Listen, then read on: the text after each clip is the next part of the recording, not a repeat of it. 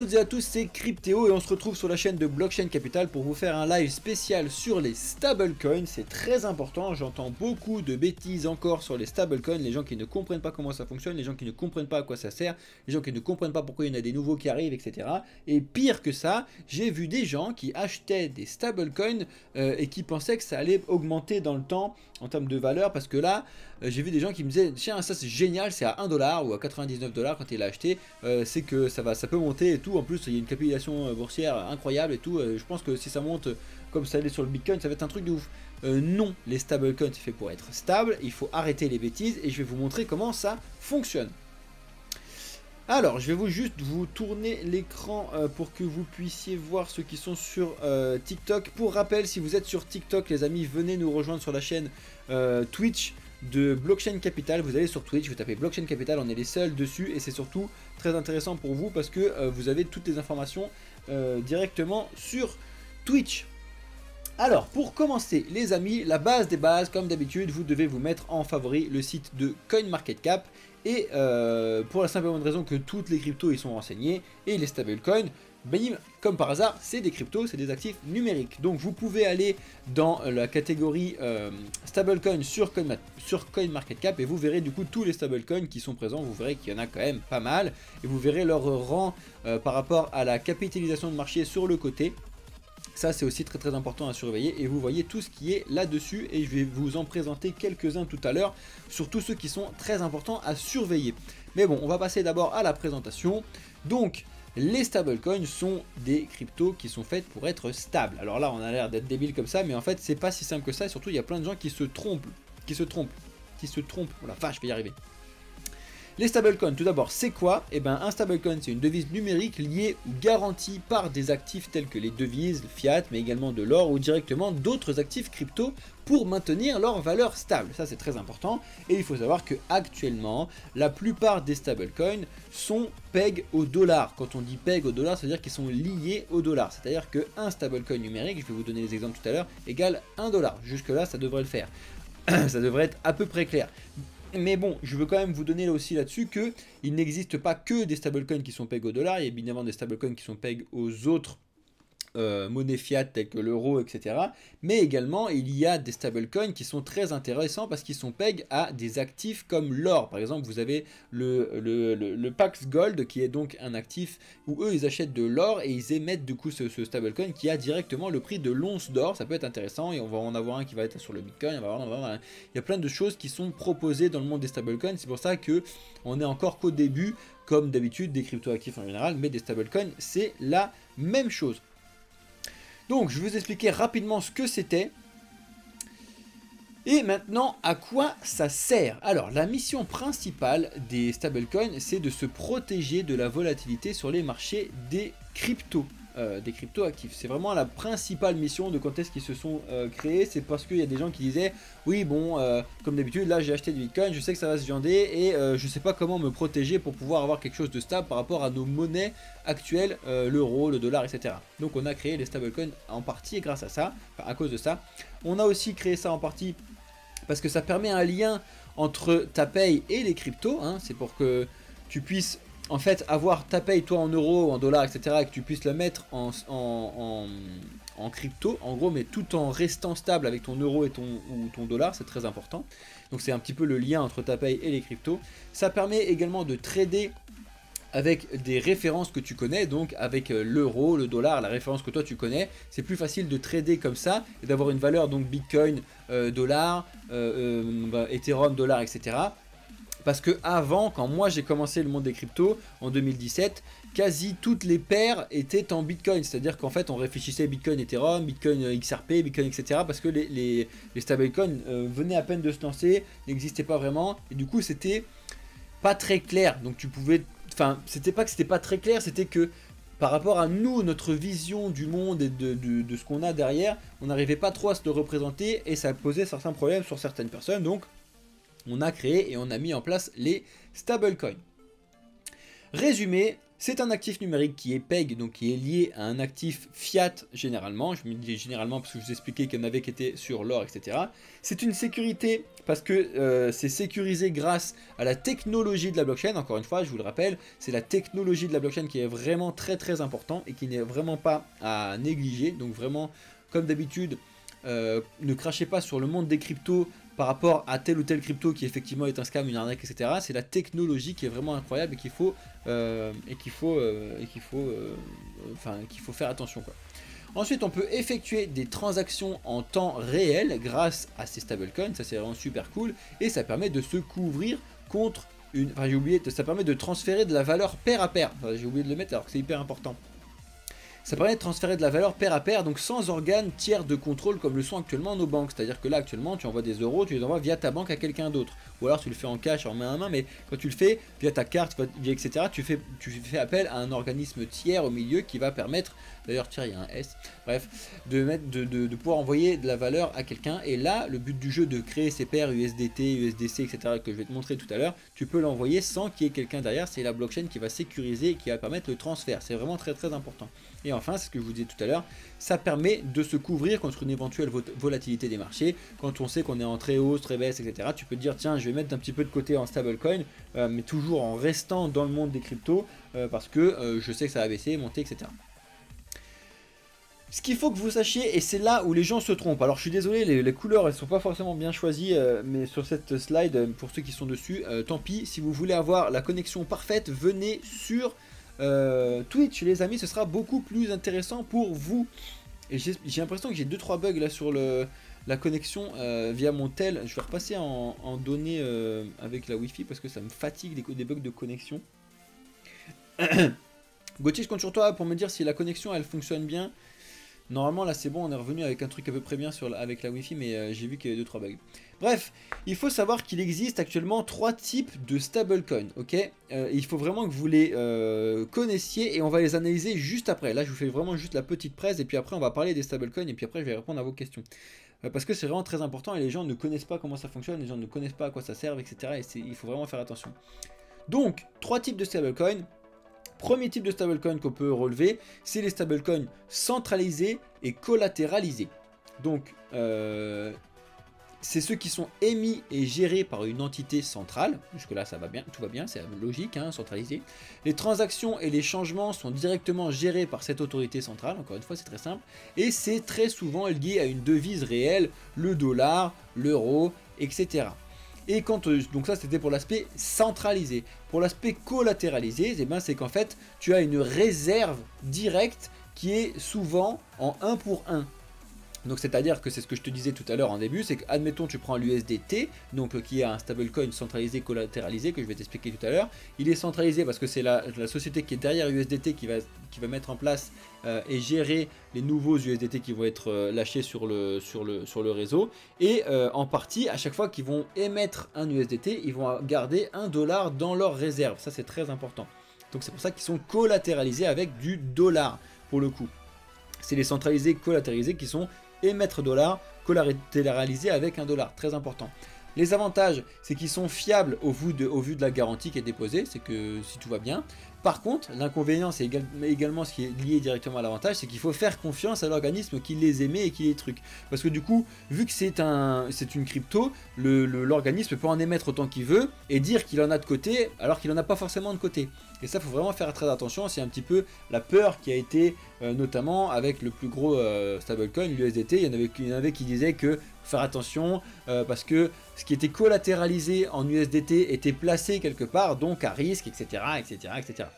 Alors que ça devrait être dans des coffres et ça ne devrait pas bouger parce que là où il y a des bénéfices, c'est derrière et je vais vous l'expliquer après. Parce que forcément, il y a un petit fee et je vais vous expliquer après. Donc ça, c'était le premier type de stablecoin, les stablecoins centralisés collatéralisés. Par exemple, vous avez l'USDT, l'USDC, mais je vais vous les expliquer tout à l'heure. Deuxième type de stablecoin, le stablecoin décentralisé et algorithmique. En train de décéder moi. Décentralisé et algorithmique. Alors l'aspect décentralisé, c'est que cette fois-ci, il est émis et géré par une entité décentralisée. Hein, voilà, jusque là ça va. Les transactions et les changements directement sont gérés par l'autorité qui est décentralisée. Et c'est encore une fois très souvent lié à une devise réelle comme le dollar, l'euro, etc. Très important. Et c'est algorithmique, c'est-à-dire que ou alors autorégulé, on appelle ça, parce qu'en fait ça va utiliser un algorithme pour maintenir la valeur stable de ce stablecoin. Ça va pas être directement les gens de la société en question qui vont acheter, vendre, etc. tel stablecoin pour pouvoir maintenir le truc. C'est un algorithme qui va le faire lui-même, d'accord? Donc il va acheter, vendre en direct pour pouvoir maintenir le PEG à la stabilité en question. Donc sur le papier, ça a l'air génial, c'est vraiment décentralisé et en plus c'est pas l'être humain qui le gère, c'est un robot qui le gère. Alors sur le papier ça a l'air génial, c'est pour ça que les avantages c'est que c'est décentralisé et que ça a l'air génial, mais par contre inconvénient c'est que c'est très risqué et c'est très nouveau. Voilà, pour ceux qui sont sur Twitch, vous voyez pas le nouveau mais c'est nouveau qui est écrit, parce que c'est... Le risque en fait il est que du coup comme c'est pas l'être humain qui gère ce truc là, le risque est que l'algorithme pète un câble, d'un coup se met à acheter et ça part, ou d'un coup se met à vendre et ça part. Et c'est exactement ce qui s'est passé avec l'UST de Luna. Sur le papier l'UST de Luna c'était juste incroyable, c'était enfin un stablecoin décentralisé au possible avec une entité qui ne le gérait pas et ça s'auto-gérait directement tout seul. Sur le papier c'était génial, c'est pour ça que l'UST fonctionnait très bien et c'est pour ça que le Luna fonctionnait très bien. Jusqu'à ce que à un moment des gens aient trouvé une faille dans l'algorithme et en créant une super grosse demande à la baisse, ça a fait péter un câble à l'algorithme et du coup ça a complètement dépeg le dollar et ça s'est viandé la tronche. Et puis après quand ça s'est viandé la tronche, tout le monde s'est viandé la tronche et du coup vu que lui il était créé, était backé uniquement avec des Luna derrière, et en fait ce qu'il faisait c'est qu'il rachetait des Luna sur le marché pour les revendre, pour pouvoir acheter de l'USDT et essayer de combler le bazar. Et du coup ce qu'ils ont fait chez Luna derrière c'est qu'ils ont recréé du Luna pour pouvoir essayer de faire ce truc là. Et en fait on est passé de 7 milliards, non de 700 millions je crois. Je crois qu'il y avait 700 millions de Luna à l'époque quand ça tournait bien, à 7000 milliards de Luna en circulation. Vous doutez bien que forcément la valeur elle a complètement pété un câble en passant de 100 à 0,00001. Bref, donc ça c'était un exemple d'algorithme décentralisé et algorithmique. Donc vous vous rendez compte que c'est pas si simple que ça, c'est très risqué et c'est très nouveau. Alors oui certes c'est potentiellement l'avenir des stablecoins, pourquoi pas, parce que c'est vraiment décentralisé au possible et c'est génial que ce soit géré comme ça, mais on n'en est pas encore à quelque chose de sécurisé et parfait. Donc en attendant c'est la troisième solution qui est vraiment la meilleure solution actuellement, c'est les stablecoins décentralisés et surcollatéralisés. Donc comme d'habitude décentralisés, c'est qu'ils sont émis et gérés par une entité décentralisée. Les transactions et les changements sont directement gérés par l'autorité décentralisée, très souvent liés à une réserve de l'euro, dollar, etc. Ça n'a pas changé. Par contre, cette fois-ci, c'est surcollatéralisé. C'est-à-dire que la valeur qui est bloquée pour maintenir le PEG à la stabilité est supérieure à la valeur directe sur le marché. Et du coup, ça permet de garantir la stabilité en vue d'un éventuel problème au vu de la surcollatéralisation. Surcollatéralisation, la vache. En gros, pour vous expliquer, pour vous faire très simple, à chaque fois que tu vas avoir un équivalent de 1 $, tu vas devoir bloquer 1,20 $, 1,30 $, 1,50 $, 1,70 $ en équivalent derrière, d'accord? Et en fait, comme ça, si jamais ton truc, il a un problème, il y a une baisse, etc., toi, tu sais que tu es surcollatéralisé par rapport à ce sujet-là, donc tu as de la marge, ok? Et donc la marge, c'est 20%, 30%, 70%.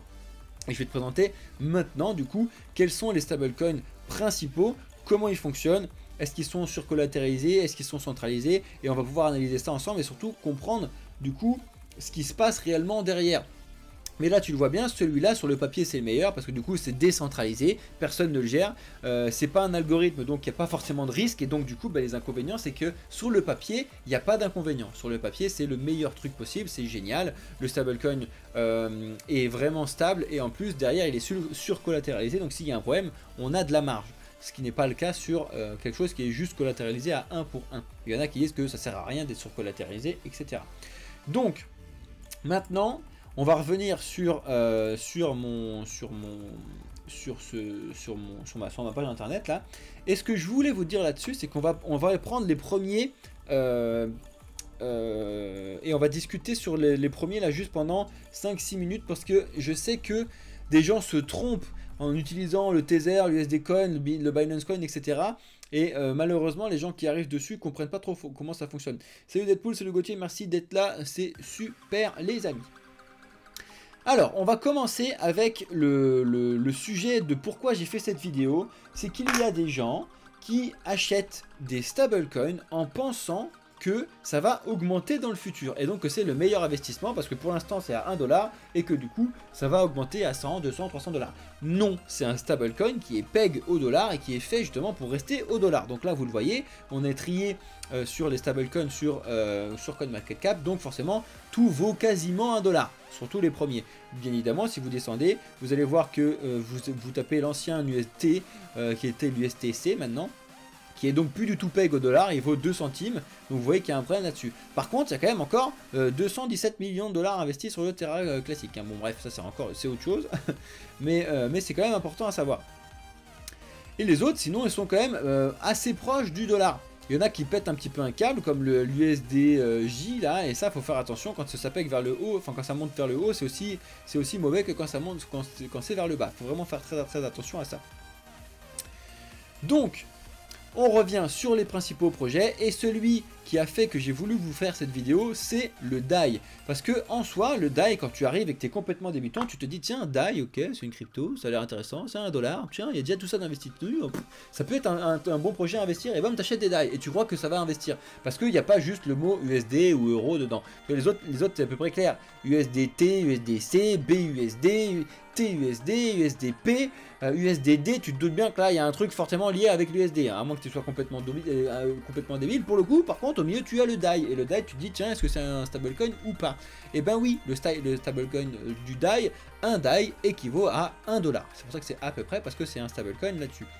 Le DAI, c'est un stablecoin décentralisé et surcollatéralisé. Et si vous voulez avoir la preuve de tout ça, vous allez tout simplement sur daistats.com. Vous avez du coup tous les DAI actuellement en jeu là, et vous voyez que la collatéralisation actuelle du DAI est de 163,35%, c'est-à-dire que pour un équivalent de 1 dollar émis grâce à du DAI, il y a 1,65 $ d'équivalent à côté. Et vous voyez que les équivalents générés en collatéral, c'est énormément de l'USDC, d'accord, c'est à 56% de l'USDC, 10% de l'Ethereum, 10% d'autres, du USDP, etc. Vous voyez tout ce qui se passe là-dessus. Et vous pouvez le suivre en direct. Donc quand il y a des périodes de crise, comme ça a été le cas pendant FTX, comme ça a été le cas sur l'USDC l'autre fois, c'est d'ailleurs pour ça que il y a eu un problème sur l'USDC l'autre fois et ça a directement fait dépeg aussi également quasiment pour la même chose le DAI, parce que justement le DAI est collatéralisé beaucoup avec de l'USDC. Mais bon, comparé à l'USDC, vous allez voir tout à l'heure, l'USDC qui lui est collatéralisé pour 1 pour 1, c'est un problème, alors que le DAI qui est en 1 pour 1,63, ça aurait pas dû être un problème, et ça aurait pas pu être un problème sur le long terme, parce que si jamais il y avait eu quelque chose, ils avaient quand même 63 d'avance pour pouvoir combler le bazar potentiel qui aurait pu être sur le sujet. Donc ceux qui investissent sur du DAI en pensant que c'est une bonne crypto, parce que là actuellement c'est 1 dollar, ça peut monter à 10, 20, 100, 1000 dollars, non, le DAI c'est juste un stablecoin, ça sert à être une monnaie stable. Et qu'est-ce qui en fait la beauté du DAI? Moi personnellement c'est l'un des stablecoins que je préfère, mais je peux pas forcément beaucoup trop l'utiliser parce que quand tu trades, il n'y a pas beaucoup de paires qui sont en DAI et Bitcoin, etc. quand on veut faire du futur. En stable ça l'est, mais quand on va faire du futur ça l'est pas trop, donc c'est un peu relou. Pour le coup, je trouve que le projet est vraiment intéressant parce que c'est décentralisé et parce que c'est surcollatéralisé comme je viens de vous le dire, donc très important. Si vous voulez voir ce que c'est que le Tether, donc l'USDT, c'est le plus connu actuellement, quasiment toutes les paires de trading sont faites via l'USDT. L'USDT donc c'est lui pour le coup un stablecoin centralisé et collatéralisé, parce que c'est du 1 pour 1. Et en fait, comment ça fonctionne l'USDT, parce que ça aussi les gens ne savent pas forcément comment ça fonctionne. C'est très simple, c'est qu'en fait c'est les gros organismes, donc Binance, Crypto.com ou alors les brokers, etc.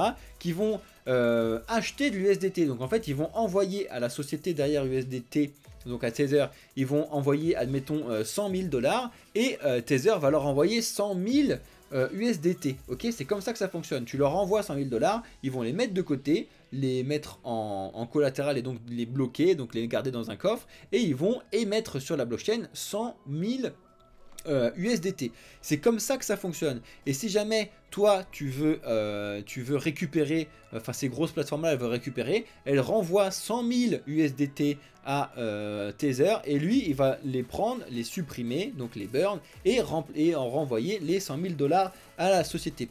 Bien évidemment, comme ça a l'air génial, et vous doutez bien qu'il y a un petit fee, sinon la société ne peut pas se rémunérer, et sinon tu ne peux pas avoir de la rentabilité avec du stacking, etc. etc. Donc en fait, quand ils achètent 100 000 $, ils récupèrent que 99 998 USDT par exemple. Il en reste 2. Bref, je ne sais plus en pourcentage comment exactement, on s'en fout, c'est pas le sujet. C'est juste pour vous dire que c'est comme ça que ça fonctionne. Donc c'est centralisé derrière avec Tether. Et c'est en one-to-one. Alors je sais plus sur quel site tu peux voir la preuve de réserve, etc. Je sais qu'ils ont une preuve de réserve, mais je sais plus où elle est. Allez la chercher si ça vous intéresse, peut-être dans transparence. Ouais, dans transparence, c'est pas trop mal. Vous avez tous des trucs en fait d'émissions. Rapport et réserve, voilà, c'est ça que je voulais, donc t'as tout ce qui est là-dessus, avec les rapports, la réserve, donc il t'explique comment ils sont mis en réserve, comment ils sont placés, etc., etc., et tu vois qu'en fait il y a quand même des placements, il y en a qui sont quand même mis sur des choses un petit peu long terme, etc., donc il y a un micro danger sur le truc. Si jamais vous voulez pousser un petit peu le sujet, allez sur tether.to. Et vous trouverez de coup toutes les informations qu'il vous faut. Merci à ceux qui s'abonnent à la chaîne, merci, vous régalez les amis.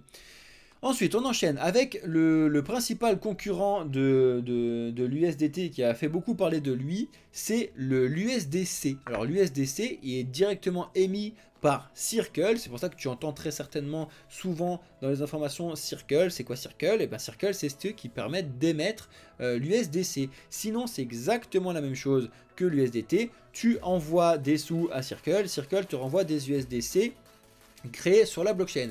Et au départ c'était créé uniquement en ERC20, donc des tokens en ERC20 sur Ethereum, et maintenant ils sont capables de les envoyer sur toutes les blockchains que tu vois ici, donc Ethereum, Algorand, Avalanche, Flow, Hedera, Solana, Stellar, Tron, etc. Tu peux voir tout ce qui est là-dessus, tu peux le voir directement sur le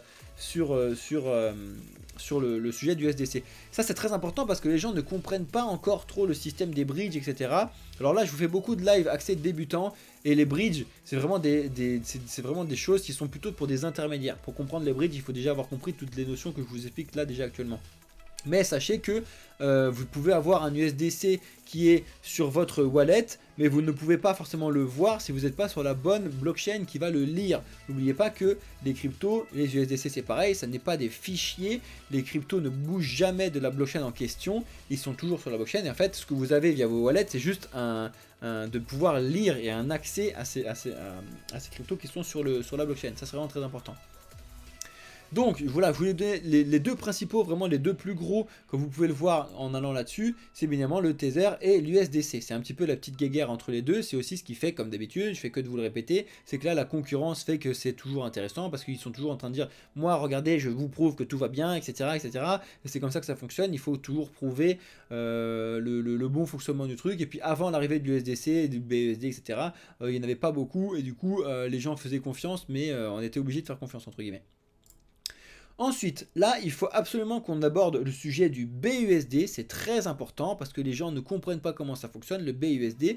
Le BUSD, donc c'est le Binance USD, mais ça n'est pas Binance qui a le droit de le mettre en place. Binance était, enfin je dis était, mais bon, il était en collaboration avec Paxos, donc c'est Paxos qui émettait directement les BUSD. Donc en général tu allais acheter les BUSD sur Binance, mais en fait tu donnais des sous à Binance et les Binance prenaient tes sous, les envoyaient chez Paxos, et Paxos émettait les BUSD et après tu récupérais les BUSD.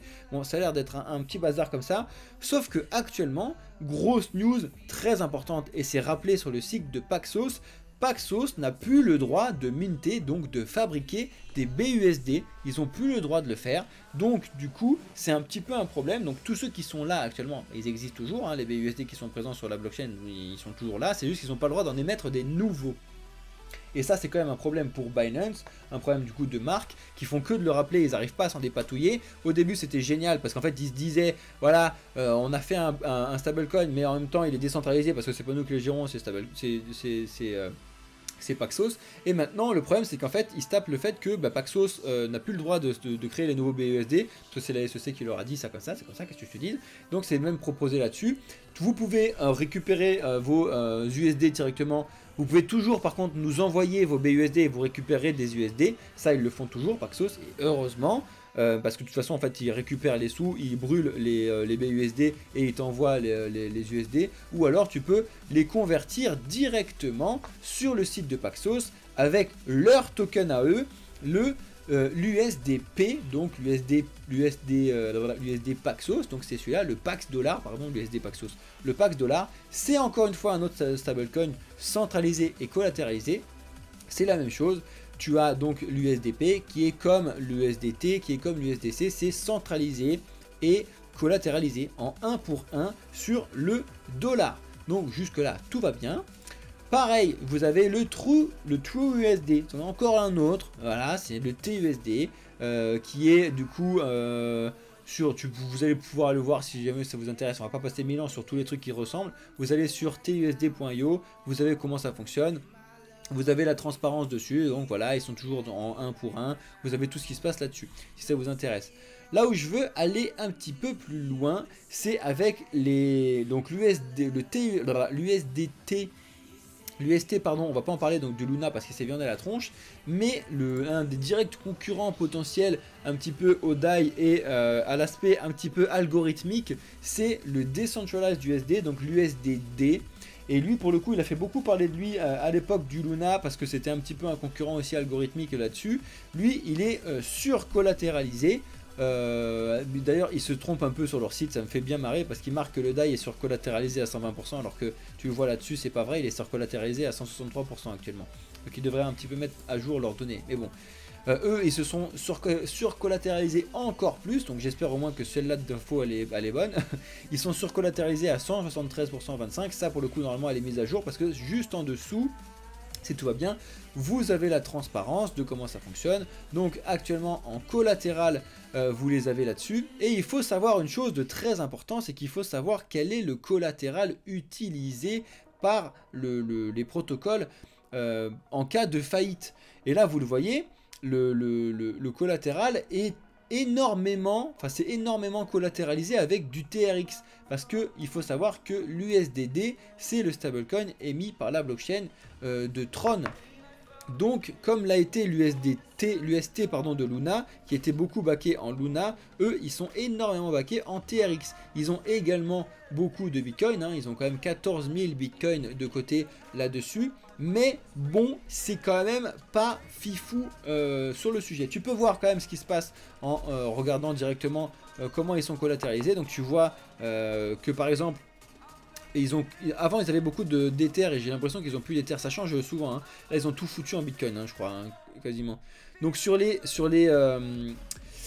725 millions de valeurs d'USDD qui sont mis, ils ont 402 millions de Bitcoin de côté. Ça c'est très important à surveiller, surtout en période de crise. Quand on avait des problèmes là-dessus, l'USDD pour le coup n'était pas du tout collatéralisé comme ça. Il y avait beaucoup sur le Tron, c'est pour ça que ça avait fait beaucoup de sujets, etc. Maintenant c'est beaucoup mieux géré, on va dire. Il n'y a que sur deux endroits différents 64 millions et 64 millions de Tron, donc ça va encore. C'est à dire que si jamais Tron se viande, c'est récupérable parce que en gros c'est ce qui est surcollatéralisé, on va dire, en très gros, hein. Donc en fait ils peuvent se le permettre, mais bon il faut faire attention à ce qui se passe derrière Bitcoin, il faut faire attention à tout ça parce que vous vous doutez bien que là c'est la valeur du coup de Bitcoin, et en fait si jamais Bitcoin baisse en prix là, qui passe de 28 000 à 21 000, leur valeur de surcollatéralisation va changer directement. Et ça c'est très important à savoir quand vous investissez dans ce type de stablecoin, ou quand vous avez ce type de stablecoin, parce que malheureusement, c'est déjà arrivé avec l'UST, c'est que tu te dis tiens oui j'ai ce stablecoin là et c'est 1 $, sauf que de temps en temps il y en a ils ont 100 000 stablecoins et en fait tu te rends compte qu'après il est dépeg et là c'est une catastrophe. Salut Pépi! Sympa le décor ce soir, il est comme ça souvent le décor maintenant, t'inquiète pas, tu vois un petit peu ma collection de cartes aussi en même temps mon Pépi. Enfin bref, donc il faut vraiment que vous sachiez comment ça fonctionne. Et là le petit nouveau très intéressant qui est dans les stablecoins, c'est le Frax. Alors tac, il est là, très intéressant parce qu'il est souvent expliqué un petit peu de partout et on en parle souvent en ce moment. Donc c'est le Frax. Donc si vous voulez, vous pouvez aller sur le site, vous allez sur frax.finance et vous avez tout ce qu'il vous faut là-dessus. Donc les analytics, les docs, vous avez tout ce que vous voulez via ce site-là. Donc je voulais juste voir la liquidité, mais ça va pas charger parce que j'ai plus internet. Blablabla. Si, et vous avez du coup toutes les blockchains que ça prend en compte. Donc Ethereum, Polygon, Arbitrum, Moonbeam, Avalanche, Phantom, BSC, Moon, Harmony, Aurora, etc. Vous avez vraiment tout ce qui est mis là-dessus avec du coup le nombre de mis en place. Donc sur Boba et Aurora et sur Harmony il y a 1 $. C'est génial. Sur Moon River il y a 145 $. BSC il n'y a pas grand chose. Bon, les 3 quarts de toute façon ils sont forcément sur Ethereum. Il y a 120 millions de mis sur Ethereum. Mais c'est intéressant de voir comment ça fonctionne. Frax, c'est intéressant de savoir comment ça fonctionne tout ça. Donc voilà, j'ai fait un petit peu le pitch de ce que je voulais vous dire sur les stablecoins et je vais finir la vidéo pour YouTube en 30 minutes.